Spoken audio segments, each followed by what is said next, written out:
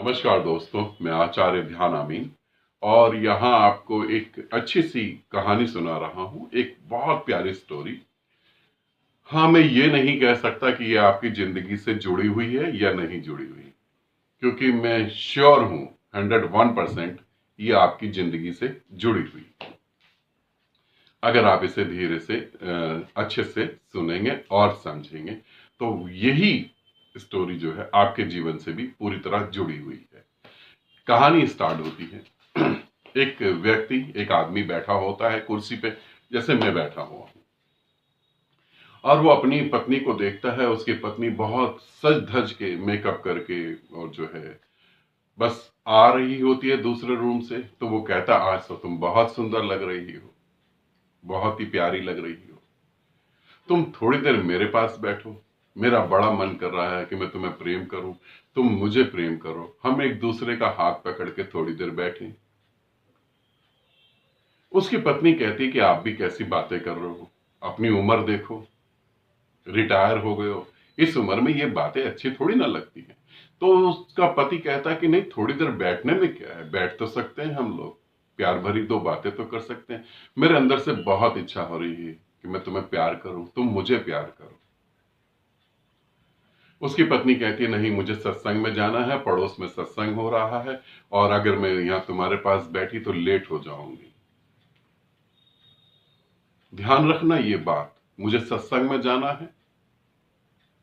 मैंने देखा बहुत सारी स्त्रियों को मंदिर में बहुत अच्छे से सेवा कर रही होती है, पंडित की भी और मूर्तियों की भी। मैंने देखा भंडारे में लोग इतने तन मन से पूरी तरह से लगे होते हैं। उसी स्त्री ने यही कहा कि मैं जा रही हूं, पड़ोस में सत्संग हो रहा है। कई बार हमारे भीतर भी इच्छा उठती है कि हम प्रेम करें और चुपचाप बैठें, मगर उसे हम अभिव्यक्त नहीं कर पाते। कहानी को थोड़ा और आगे लेके चलते हैं। सत्संग खत्म हो जाता है, पत्नी आती है। पति कहता कि सत्संग तो खत्म हो गया तुम्हारा, कैसा रहा? वो बताती है, ठीक रहा, अच्छा रहा। फिर पति बोलता है कि चलो ठीक है, अब हम थोड़ी देर बैठे, आपस में प्यार भरी कुछ बातें करें। मैं चाहता हूं तुम मेरे पास बैठो, मैं तुम्हें देखूं, निहारूं, क्या पता फिर कब समय मिले। पत्नी कहती है, अच्छा अच्छा, ये बातें बंद करो, तुम्हें तो शर्म और लज्जा जैसी कोई चीज ही नहीं, इतने बूढ़े हो गए हो और अब भी ऐसी बातें सोचते हो। प्रेम को हम एक अलग ही दृष्टिकोण से देखते हैं, जबकि ध्यान रखना, बिना प्रेम के यहां कोई पैदा नहीं होता। परमात्मा को भी अगर शरीर धारण करना पड़ेगा, चाहे इंसान का चाहे जानवर का, आएगा उसी मार्ग से। उसको हम इतनी अच्छी दृष्टि से नहीं देखते। प्रेम के बारे में कविताएं लिखना अच्छा है, प्रेम के बारे में मूवी देखना अच्छा है, प्रेम के बारे में चुटकुले सुनाना अच्छा है, मगर प्रेम करना ये पूरा का पूरा समाज के खिलाफ है। और तो और खुल के तुम बात नहीं कर सकते। पूरी की पूरी दुनिया पागल हुई पड़ी है। हम सब जाने अनजाने वही काम कर रहे हैं, मगर प्रेम नहीं कर सकते, आपस में ही नहीं कर सकते। इतना छुप के करते हैं जैसे कोई बहुत बड़ी चोरी कर रहे हो। वो इस तरह कहती है कि आप भी क्या बात कर रहे हैं, मैं जा रही हूं, क्योंकि मैं सुबह पूजा नहीं कर पाई, तो अपने मंदिर में जा रही हूं और मंदिर में मैं पूजा पाठ कर लूं, उसके बाद हम बात करते हैं। सत्संग से आए हैं, अभी अपना भी मंदिर है। सभी घरों में एक मंदिर तो होता है सोसाइटी का, उसके बाद एक मंदिर घर में भी होता है। गजब की बात है।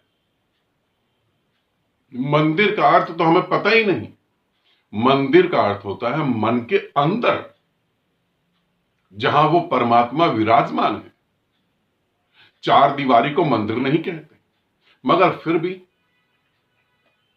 एक मंदिर सोसाइटी का, एक मंदिर घर का। तो पत्नी कहती कि मैं मंदिर में थोड़ी पूजा पाठ कर लूं, फिर बाद में हम प्रेम करेंगे, बाद में हम बातें करेंगे। ठीक है, बात खत्म हो जाती है, वो पूजा पाठ में लग जाती है। पति फोन मिलाता है अपने बच्चों को, बच्चे यूएसए में हैं, बच्चों को फोन मिलाता है, पहले मिलाता अपने बेटे को।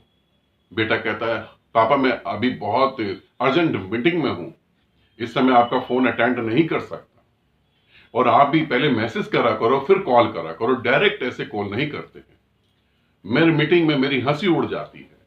ये बात अच्छी, एक स्टैंडर्ड भी होता है, एक हमारा नाम भी होता है, वो बदनाम हो जाता है, उस पर लोग हंसते हैं। ये बात बिल्कुल गलत है, लोगों को नहीं हंसना चाहिए। अरे पिता है, बाद में भी बात हो सकती है। बेटा ये कह के फोन रख देता है, फिर उस व्यक्ति को लगता है कि बहू को फोन कर लो।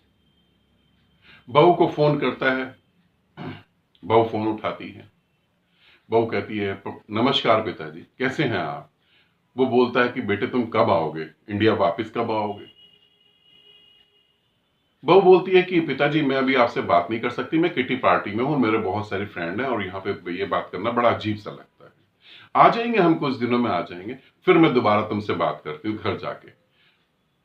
व्यक्ति अपने पोता पोती को फोन करता है, और जैसे ही फोन करता है वो गुस्से में बोलते हैं कि दादाजी आपने क्या कर दिया, हम यूट्यूब पे वीडियो देख रहे थे, आपके फोन की वजह से वो डिस्टर्ब हो गई हमारी पूरी वीडियो। पोती बोलती है मैं गेम खेल रही थी और आपके फोन की वजह से ऐसा हो गया, आप फोन रखिए हम बाद में बात करेंगे। एक व्यक्ति अपने चारों तरफ जो लोग हैं उन्हें प्रेम करने की बात कर रहा है, बैठने की बात कर रहा है, और हमारे पास इतना भी समय नहीं कि हम बैठ सकें। फिर वो कहता है पत्नी को कि हो गए तुम्हारे मंत्र जाप, हो गई पूजा, अब तो आओ, बहुत देर हो गई। पत्नी कहती है रुक जाओ, थोड़े से बर्तन पड़े हैं वो साफ कर लूं, और तुम्हारे लिए मैं चाय बना लूं, फिर आऊंगी। चाय भी बन जाती है, बर्तन भी साफ हो जाते हैं। पति कहता अब तो हम लोग बैठ सकते हैं, सब काम हो गए, मैं चाय भी पी रहा हूं, अब तो हम बैठ सकते हैं। तुम्हारी चाय कहां है और तुम कहां हो? पत्नी कहती है अभी जो हम सत्संग में गए थे वो फोटो जो है फेसबुक पे अपलोड कर रही हूं, पहले फेसबुक पे फोटो अपलोड कर दूं, फिर आके मैं आपके पास बैठती हूं। पति कहता है ठीक है, जैसे तुम्हारी इच्छा। आराम से वो बैठ जाता है चाय पीकर, और फिर वो बैठा रहता है चाय पीकर, चुपचाप इंतजार करता रहता है।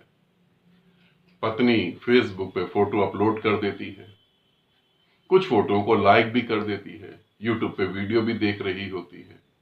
अचानक उसे याद आता है कि अब बुला ही नहीं रहे, चलो जाके बैठ जाती हूँ। जैसे ही पत्नी जाती है, पत्नी कहती है आप तो गुस्सा हो गए, अब आप कुछ बात ही नहीं कर रहे। जैसे ही वो अपने पति को हाथ लगाती है, हार्ट अटैक के कारण पति मर जाता है। अब वो चला गया।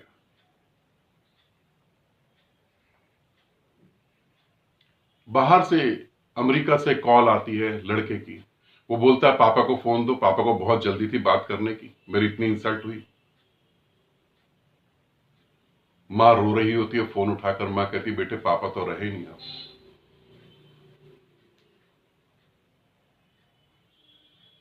पोता पोती कहते हैं दादा से बात करनी है, अब दादा तो नहीं रहे, वो तो चले गए बिल्कुल। पत्नी रोती है, मंदिर भी वही है, सत्संग भी वही है, सब चीजें वही हैं, जिसे प्रेम करना था वो चला गया।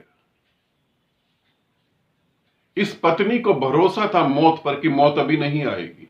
क्या तुम्हें भी ऐसा भरोसा है कि मौत अभी नहीं आएगी? उस लड़के को अपने नाम की चिंता ज्यादा थी, क्या तुम्हें भी अपने नाम की चिंता ज्यादा है? क्या तुम्हें ऐसा भीतर से नहीं लगता कि अपने परिवार के साथ बैठना है? उसे फेसबुक जरूरी थी, तुम्हें भी फेसबुक जरूरी है ना? यूट्यूब पे वीडियो देखना जरूरी है ना? वीडियो गेम खेलना जरूरी है?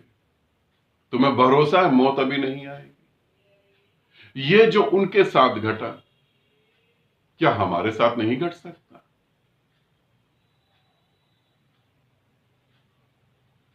और किसी के मृत्यु के बाद जो ज्यादा रोता है, वो रोता ही इसलिए है कि उससे माफी मांगनी थी, मांग नहीं पाया, उसे प्रेम करना था, कर नहीं पाया, ये अधूरा रह गया। जिसका अधूरा रहता है वही रोता है, ध्यान रखना।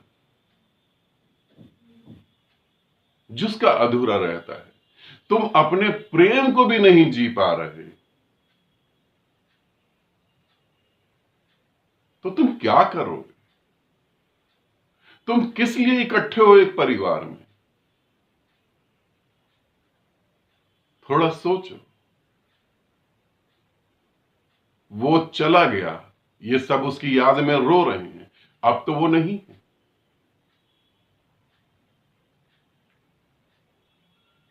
अब क्या करोगे? ये कहानी, अच्छा है कहानी ही रहे, सत्य ना हो।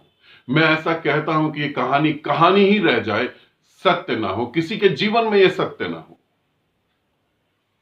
तुम्हारे जीवन में भी ये सत्य नहीं हो, ये कहानी कहानी बनकर रह जाए और खत्म हो जाए। तुम जागो।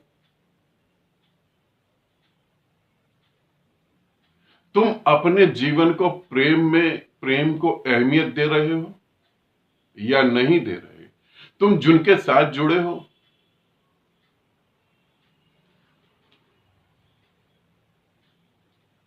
थोड़ा सोचो।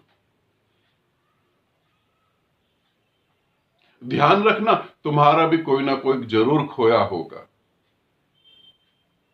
क्या तुमने उसे प्रेम करा? पूरी तरह भर के उसे प्रेम करा, पूरे मन से उसे प्रेम करा, पूरी आत्मा से उसे प्रेम करा? अगर मैं तुम्हें कह रहा हूं तुम्हारा कोई ना कोई जरूर खोया है, और जब मैं कह रहा हूं कोई ना कोई जरूर खोया है, और तुमने उसे आत्मा से प्रेम करा, तुमने उसे पूरे मन से प्रेम करा, तुम्हारे पास एक ही उत्तर होगा कि नहीं, हम नहीं कर पाए प्रेम, और वो चला गया। तो मेरे प्यारे दोस्तों, जो जीवित है उनके साथ तो ये करो।